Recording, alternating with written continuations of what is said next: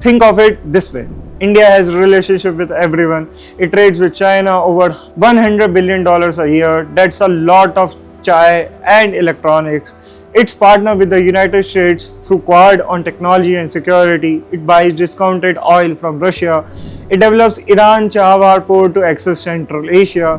It maintains strong ties with Saudi Arabia and the UAE for energy and remittance. If India publicly criticizing China every time Beijing and Washington make a deal, what happens? It locks itself into a position. It loses flexibility. It forces a choice it doesn't want to make. It's like being in a group project when two teammates are fighting and you are just wanted to get a A without getting dragged into the drama. So India chooses silence or carefully calibrated language. For example, in Quad, India emphasizes this is about practical development, not about targeting any country. On border issues with China, India says Russia. India abstains from UN votes but continues to buy oil. This isn't confusion, it's compartmentalization. India cooperates with China on climate and BRICS. It opposes China on border issues and maritime expansion. It partners with US on technology and security. It trades with Russia on energy and defense. By staying silent on China-US bilateral deals, India preserves its freedom to engage with both.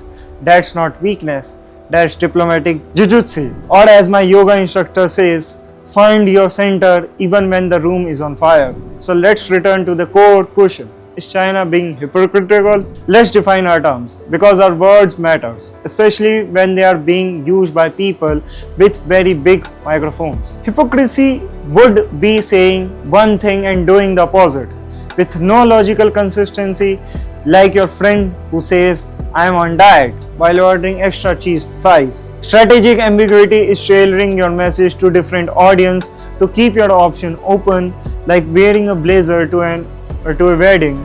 That could also work at job interview. Versatile, smart, little sneaky, China pattern fits the second definition.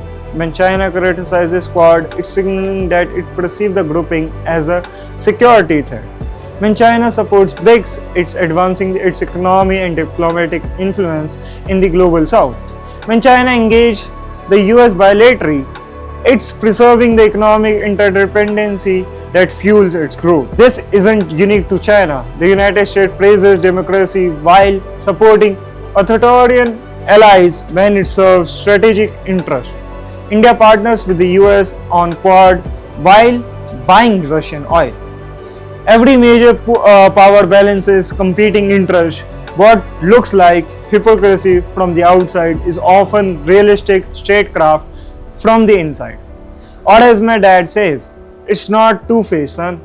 It's called having options. Okay, so what does all this mean for you?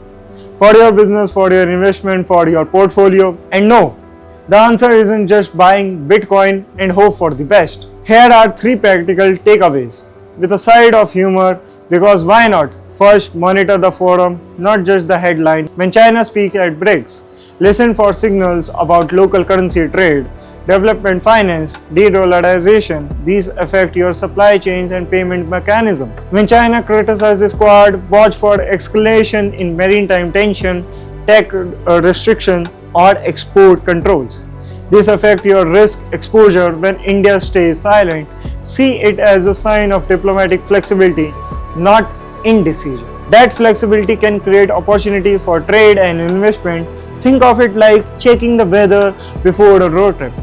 You wouldn't pack a swimsuit for a snowstorm. Probably second, diversify across geopolitical blocks. Don't pull all your eggs in one basket, or as my grandma says, don't bet the farm on one horse unless that horse is really reliable.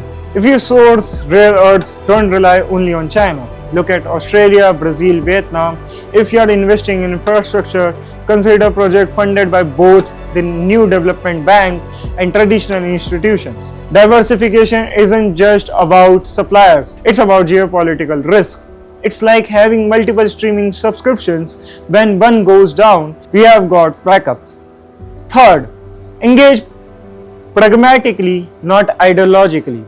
In a multipolar world, the most successful businessmen are those that can work with multiple partners on multiple issues without getting dragged into ideological battles. Build relationship across forums. Keep your public messaging neutral and principle based. Let commercial interest guide your engagement, not political narratives. Or as my business mentor says, make money, not enemies. Let's wrap this up. China different messages on BRICS, Quad and US bilateral deals aren't hypocrisy.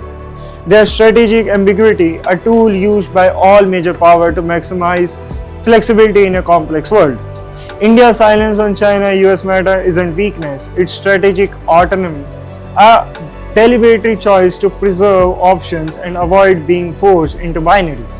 And for you, the trader, the investor, the business leader, understanding this pattern helps you anticipate, not just react. It's helps you diversify, not just hope. It helps you engage, not just avoid. If this breakdown helped you make sense of the headlines and maybe gave you a chuckle or two, hit the subscribe button so that don't miss your next deep dive research paper. It's like a cheat code for global trade. And drop a comment below.